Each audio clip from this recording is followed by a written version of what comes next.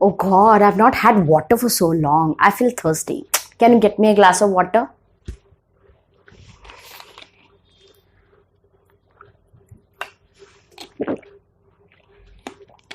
Wow, it feels so good. Hello and welcome back to my channel. I am Akriti, your EVS teacher. Yes, so today I'm back with another interesting topic of your EVS. But before that, let me keep this water bottle aside. So, as you must have guessed, your today's topic is about water. Yes, it's so hot, it's summertime, and we cannot stay without water for long. Yes, so let's start with our today's topic, which is water and us. So, students, we are going to start water and us. Now, as we need food, we need air to live. Similarly, we also need water. We cannot stay without it. And we can actually use water for different activities. Yes, so let's discuss these activities one by one. First being cleaning. We use water for cleaning, for mopping, and for cleaning our clothes, washing the clothes. We use water for so many purposes, for cleaning our cars, our motorcycles, our vehicles. Secondly, we also need water for drinking. It's very obvious. We cannot stay without drinking water, and we all should drink good 7 to 8 glasses of water every day to stay hydrated. Third being, we use water for watering the plants.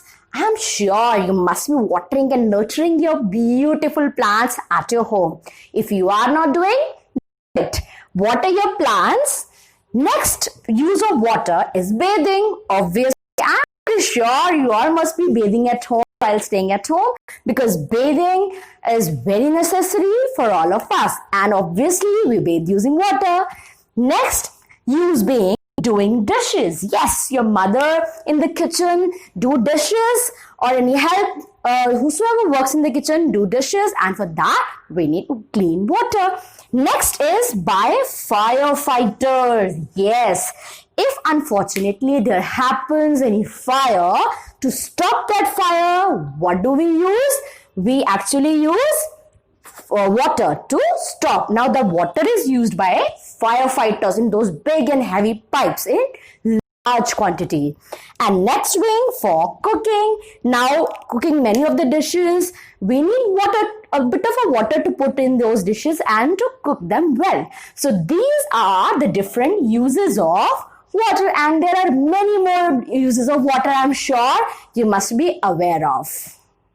Does water have any color? Does water have any taste? Does water have any shape? Now, to find out answers of these questions, we are going to study about properties of water. Yes, what do you mean by properties of water? We are actually going to talk about water. How does it look like? What is the taste? What is the shape? Everything. So the big answer, as you can see over here, is no. Yes, it's no. Water does not have any color. Water does not have any smell. Water does not have any taste, and water does not have any shape. Now, whenever you drink water, you must have experienced that it doesn't have any color. Obviously, it's colorless. It doesn't have any smell as such. If it's clean water, it will not have any smell, and it does not have any specific taste. Now, if we mix water in something, for example, if we mix lemon into, if we squeeze lemon into the water, or if we mix salt or sugar or any such thing into the water, then we have some sort of taste. But if we drink water on its own, it does not have any taste. No taste. Now, if you put water into different containers, it will take that shape. So water take the shape of the vessel in whichever we put it. So it does not have any particular shape. Like we cannot say the water is a spherical in shape, or it's a rectangular, or it's a square shape. It does not have any shape. So the answer is no. For properties of water, no color, no smell, no taste, and absolutely no shape. So children, now we are going to study about how water gets in our home. Yes, have you ever thought from where does the water come out of our taps? So today we're going to learn about the same. Now you know various of water. One of the sources of water is river. Now mainly we get water from the rivers. So after the water comes from the rivers, we obtain them, treat them or purify them into big machines. Those big machines are called water treatment plant. Yes, now water from the rivers is not very clean. So we need to get that water clean in the water treatment plants. After the treatment, then water goes and gets stored. We need to store water into big tanks. Yes, those big tanks are called reservoir. Yes, after the treatment, water is stored into the big tanks called reservoir, and after the storage, then we all get water through the connection into our taps, and then we can use that water. So now you know what is the process of water coming and out of the taps at our home. I hope the steps are clear to you now. Okay, students, now we will study about different sources of water. Now we have already studied the steps. How does water get into our home? Now what was the first step? It was water coming from the rivers. Yes. So there are different sources of water. Let us recall all those sources. We get water from rivers. We also get water from lakes. We have ponds. And do you know, in most of the villages, water is drawn out using the string from the wells and the tube wells. Yes, so water is also drawn from the wells. It is also drawn from the tube wells. And in many villages, still people use hand pumps. Yes, hand pump is also used to draw water. Now, where does water come out? How does it come out from the wells, from the tube wells, from the hand pumps?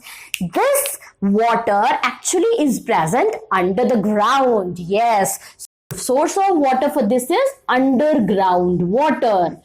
Now, as soil absorbs some water, so that water is underground water, and that is present quite deep inside, and we can draw it from wells, from tube wells and from hand pumps. So these are the sources of water. Now, do you know an interesting fact? In many areas, sometimes water comes out on its own. Yes, that is called spring. That is called water spring. When water comes out on its own, that activity is water spring. It comes out like a spring. Now, sometimes water coming out is very hot, so it will be called as hot spring. And sometimes the water coming out has lot of minerals and good things in it, so it will be mineral spring. So this is very interesting facts about water and sources of water. Is water from the lakes, rivers, ponds and all those different sources safe for drinking? Is our tap water out of any dirt? Is it safe?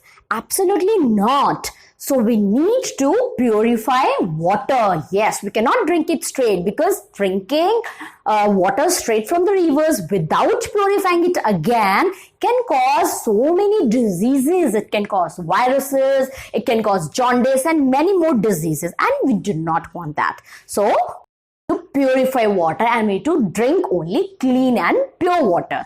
Now there are different methods of purification. How can we purify water? Now, whenever we get sick and whenever we do not drink clean water and we ask the suggestion from the doctor always advises us to boil the water. Yes, so the very first method of purification is boiling.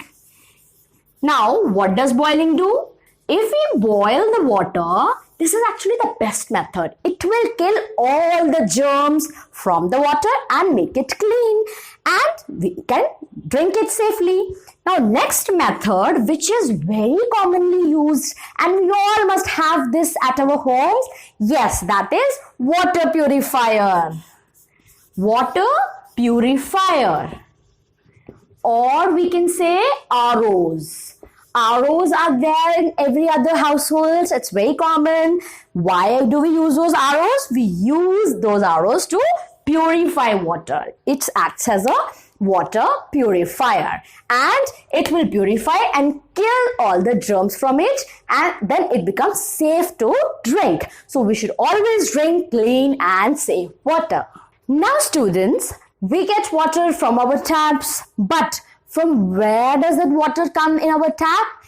Yes, we actually have a storage container present at the top of our house. Yes, that big tank or big storage stores the water, and then the whole house can use water from that big tank. So we are talking about different containers used for storing the water. Now first being tanks. The big tanks are used for storing the water, and that can send the water to the entire house. Secondly, how does your mommy store water? Yes, we can store water. She stores water in jug, in buckets. Okay, and why do we use water bottles? We use water bottles also to store water. Yes, so we also store water in water bottles. So these are the few containers used for storing the water. So my dear learners, we have come to the end of this topic, and at the end, as we are aware that the main source of water is rivers, so here are few names of the cities written and rivers written. So let us see which cities are there on near which rivers. All right. So let us see. First being Delhi, we have Yamuna River in Delhi, and next is Hooghly River. Now, which city is built near Hooghly? It's Kolkata. Next is Ahmedabad, which is in Gujarat. Ahmedabad, what river is near Ahmedabad? It's Sabarmati. Yes. And the last river is Krishna. This river Krishna is situated, it's near the city Vijayawada. Yes. So these are few names of the cities and the rivers near those cities.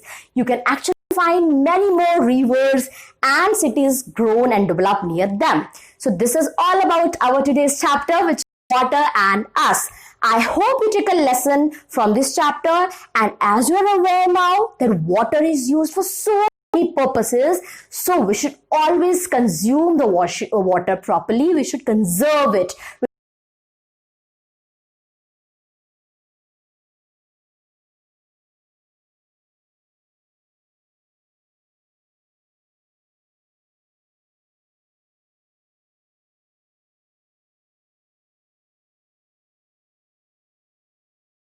Conserve it to our possible potential.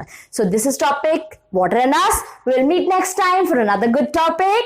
Till then, do read it out. Enjoy your lessons. Bye for now.